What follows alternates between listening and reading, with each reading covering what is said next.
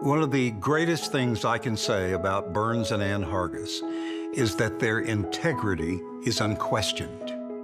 I think it was love at first sight for Burns Hargis when he saw that beautiful Ann.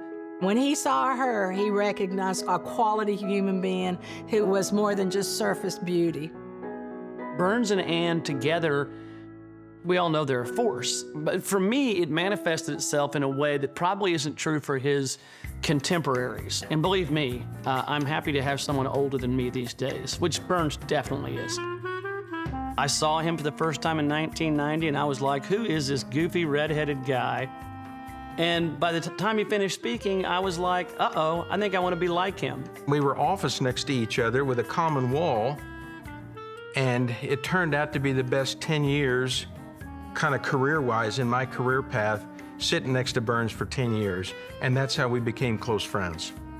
I'm going to bring out a Boy Scout term of bravery, and Burns is one of the bravest guys I've ever met. If you think about a guy that had a successful law practice and then all of a sudden said, I'm going to run for governor, and he didn't win, but he did do it. And then he left a really impressive law career, and he joined Bank of Oklahoma. And he was with us for over 10 years. And then he left Bank of Oklahoma and decided he was going to go be president of OSU. All three of those things are pretty amazing feats for a guy to change major steps in your career to go do something different. Number one, they're fun to be around. Number two, they like and respect one another. And so to me, any opportunity you have to be around Ann and Burns, you know you're going to have a fun time.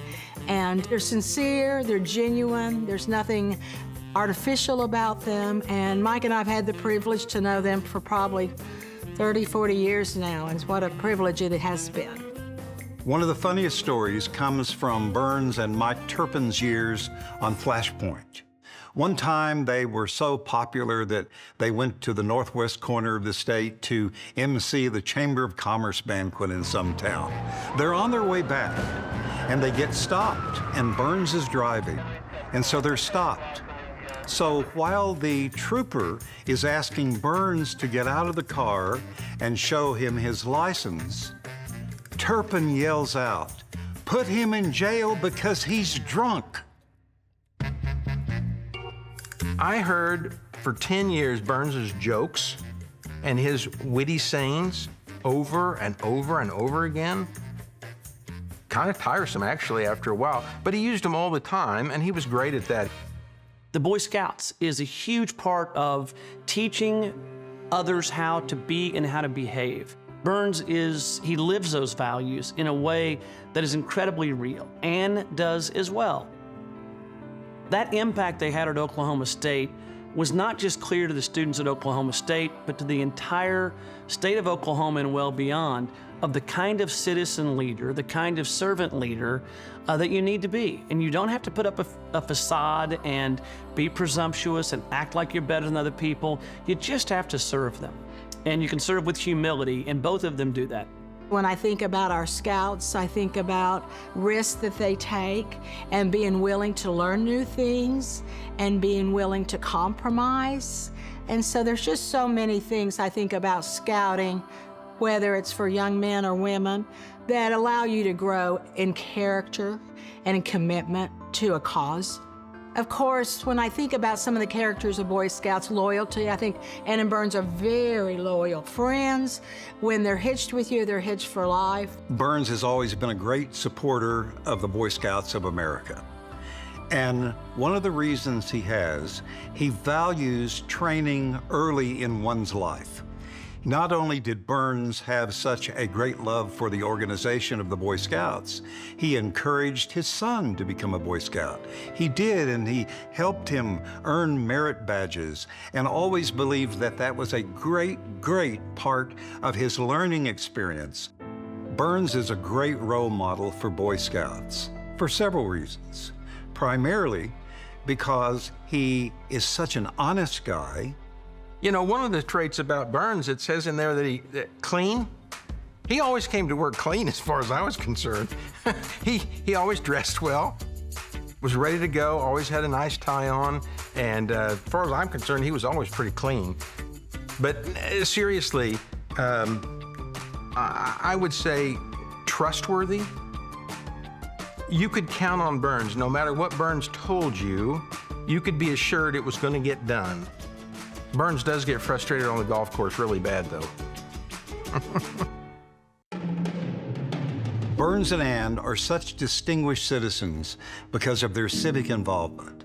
If you think about good citizens, honest people, kind to everybody they met, always reached out to try and contribute in their communities and wanted to be successful from a business perspective, you can't think of a better role model than the two of them. I knew that Burns and Ann together were remarkably special. As we saw them at Oklahoma State, we saw what they lived every day, and we saw the impact that they had together, both the direct impact, which is tangible in terms of accolades, but I think in many ways, more importantly, the indirect impact, which is the modeling of behavior and the way that you should act. And I think that's why this award for them is so on point. The two of them made the best partnership possible at OSU, and I think Burns would go down in history as the best president OSU ever had, but I would say that he was the best president OSU ever had because he had Ann Hargis right next to him as the best first lady at OSU they've ever had. The two of them together were a tremendous team. The contributions of Burns and Ann Hargis to the campus of Oklahoma State University are legendary. Even after this short period of time, they're legendary. Not only did Burns add so many buildings to the campus, but Burns saw that so many programs, things that helped students. And Ann, Burns would say, was more popular than he was on campus. She had a golf cart called Clementine, and she would ride all over the campus, picking people up. I think she relished that job and opportunity to make a difference in young adults. Burns' impact on Oklahoma State University still rings today. I think he knew how to connect with people of all statures of life, from a Boone Pickens to a kid from Godebo. You know, he's relatable and he's approachable. But he's also, as I said before, he's very courageous. I don't think he met an obstacle, whether it was raising money or, you know, whether it's athletics. Any competitiveness between OU and OSU, I don't know what you're talking about. There's always a competitiveness on the playing field, but where you saw it, the competitiveness yield to what was best for the state was always at the legislature. If you look at the relationship that took place with Burns, he was never looking out just for Oklahoma State. He was looking out for higher education in Oklahoma. Here's the deal. I know Burns Hargis, but I've watched Pistol Pete over the years. The guy literally is packing wherever he goes. And so, unlike Burns and Ann, I cannot trust Pistol Pete at all times, no matter how good looking and tall, and how much, you know, cowboy hat toting he is. I bet, you know, also he had to work with and get along with people that had big oversized heads. Oh, absolutely. I think when you have an opportunity to be around leaders, you need to know your place and you need to defer to them. You need to be willing to listen to them. Hi, Pete. I'm so happy you're here, Pete. Our oldest son, Sean, is a OSU grad, and so we love Pistol Pete. But that was the oversized head. Oh, I see, oversized head. Well, I can think of a lot of oversized heads that Burns Hargis had to deal with. Who is behind me? Come around here. Hey, buddy, how are you? Oh. Oh, geez. Oh.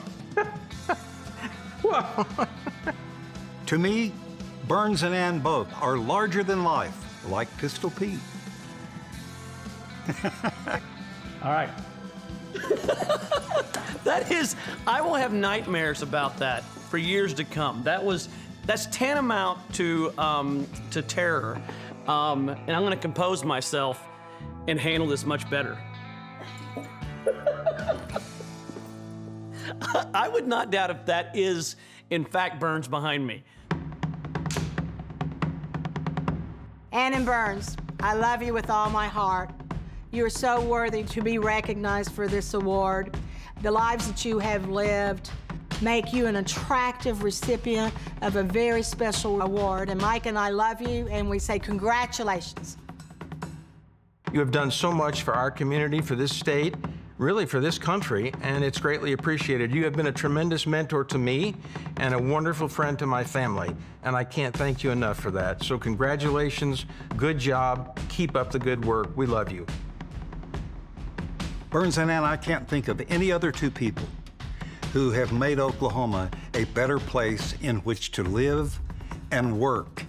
Not only that, you're just two wonderful human beings. I love you.